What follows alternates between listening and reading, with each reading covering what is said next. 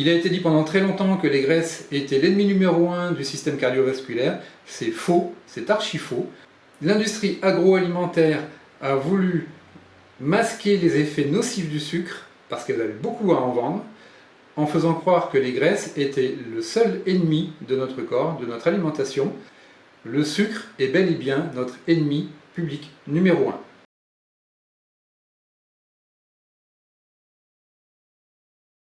Le sucre, c'est un symbole de douceur?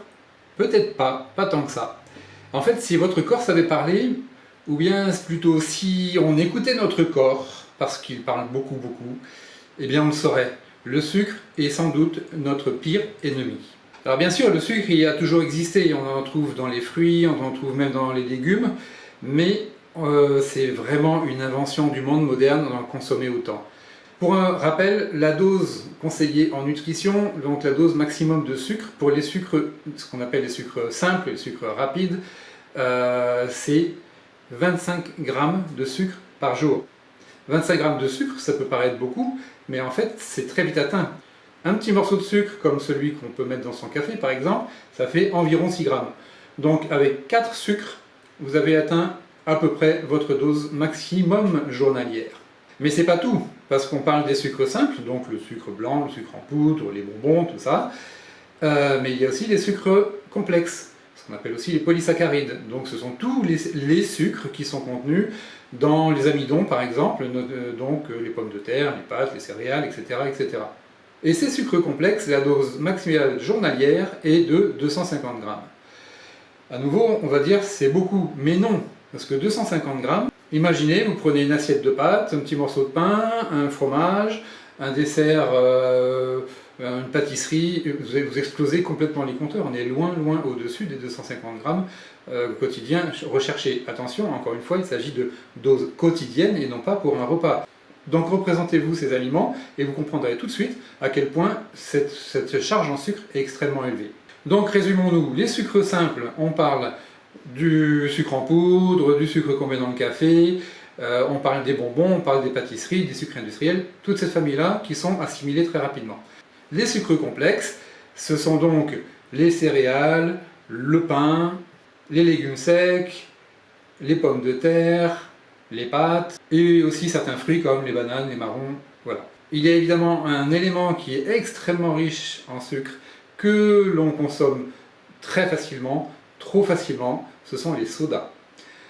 Un exemple parmi tant d'autres, un verre, je ne parle même pas d'une canette, un verre de Coca-Cola de 250 ml contient 27 grammes de sucre. C'est-à-dire qu'avec un verre de Coca dans la journée, et encore une fois, la canette de 33, on a déjà dépassé les compteurs, un verre de Coca dans la journée, vous avez atteint la totalité du sucre dont vous avez besoin pour la journée. Ça veut dire que c'est fini, le reste du temps, vous ne mangez que des légumes cuits à l'eau pour pouvoir équilibrer la balance. Alors maintenant qu'on a vu ça, pourquoi c'est pas bon?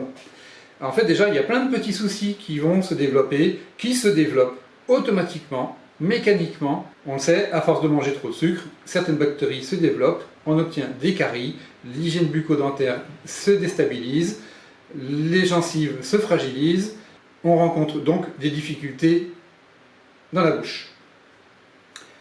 Également, l'organisme se rouille, le terrain inflammatoire se développe, on commence à avoir des tendinites à répétition, ou même un petit bobo, un traumatisme, ça met plus de temps à disparaître. On met plus de temps à surmonter les petits tracas de la vie. Alors, les sucres industriels particulièrement, ils vont aussi perturber une glande qui est dans le cerveau qui s'appelle la glande pinéale. L'une des fonctions de la glande pinéale est de permettre la fabrication d'hormones du sommeil, la mélatonine, la valentonine, mais aussi les hormones du réveil. Donc c'est tout l'équilibre du sommeil, d'un bon réveil et donc d'une récupération qui va être perturbé à cause des sucres industriels. Donc trop de sucre, on appelle ça aussi l'augmentation de la glycémie, c'est exactement la même chose. Cette augmentation de la glycémie va mécaniquement provoquer l'augmentation de l'insuline, puisque l'insuline qui est fabriquée par le pancréas, son rôle principal est de réguler cette fameuse glycémie. Les effets délétères que l'on observe quand justement il y a trop de glycémie, donc une surproduction d'insuline, c'est l'hypertension, la fatigue, une faim persistante, Mais aussi les idées pas très claires, on a le cerveau brouillé, on manque de clarté, de concentration, enfin bref, on n'arrive pas à réfléchir correctement. Ensuite, on connaît bien le problème lié à l'insuline, c'est-à-dire que le pancréas s'épuise, il n'est plus capable de produire de l'insuline suffisamment, et là on tombe dans le schéma du diabète, c'est-à-dire une incapacité à gérer la glycémie dans le corps. Il en résulte d'autres problèmes, comme le sucre, et donc le glucose, et le carburant de l'organisme, une mauvaise gestion de ce glucose provoque une fragilité, une faiblesse parce que les muscles ne sont plus suffisamment alimentés, donc on se sent plus fatigué. La synthèse des protéines nécessaires à une bonne santé des muscles n'est plus assurée non plus, donc on a une musculature qui s'affaiblit.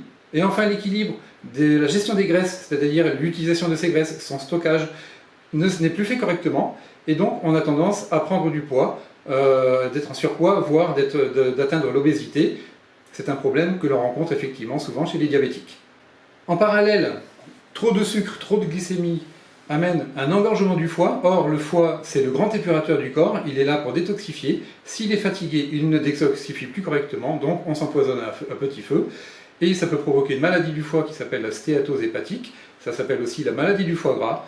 Donc on sait que l'alcool, ça peut rendre le foie malade, mais le sucre également, et de manière extrêmement grave. Le cœur se fatigue, la pompe fonctionne moins bien, le système cardiovasculaire s'encrasse. Il a été dit pendant très longtemps que les graisses étaient l'ennemi numéro 1 du système cardiovasculaire. C'est faux, c'est archi faux. L'industrie agroalimentaire a voulu masquer les effets nocifs du sucre, parce qu'elle avait beaucoup à en vendre, en faisant croire que les graisses étaient le seul ennemi de notre corps, de notre alimentation. Le sucre est bel et bien notre ennemi public numéro 1. Et je finis la liste du tableau très noir que je viens d'évoquer. L'hyperactivité des enfants est très fortement liée à une surconsommation de sucre également. C'est un grand sujet, c'est un énorme sujet de santé publique. Alors qu'est-ce qu'il faut faire? Première chose, vous l'avez compris, supprimer les sucres industriels au maximum. On peut se faire plaisir, on peut manger un petit gâteau de temps en temps, mais avec modération.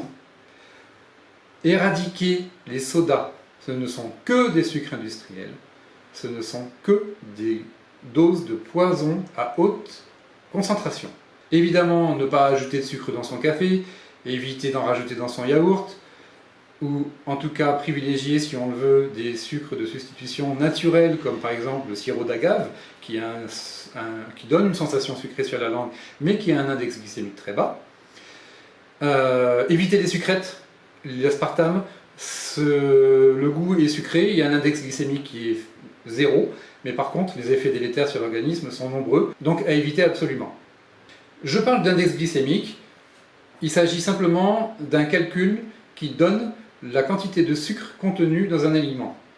Donc bien évidemment, manger un abricot ou bien manger une assiette de pâtes, même si l'abricot a un index glycémique élevé, sa charge glycémique, donc l'impact sur le corps sera beaucoup plus faible que l'assiette de pâtes.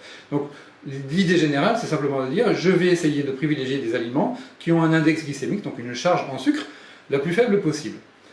Donc privilégier des aliments complets, donc du pain complet plutôt que du pain blanc, des pâtes complètes ou semi-complètes plutôt que des farines blanches, et également pour le riz, donc toutes les céréales.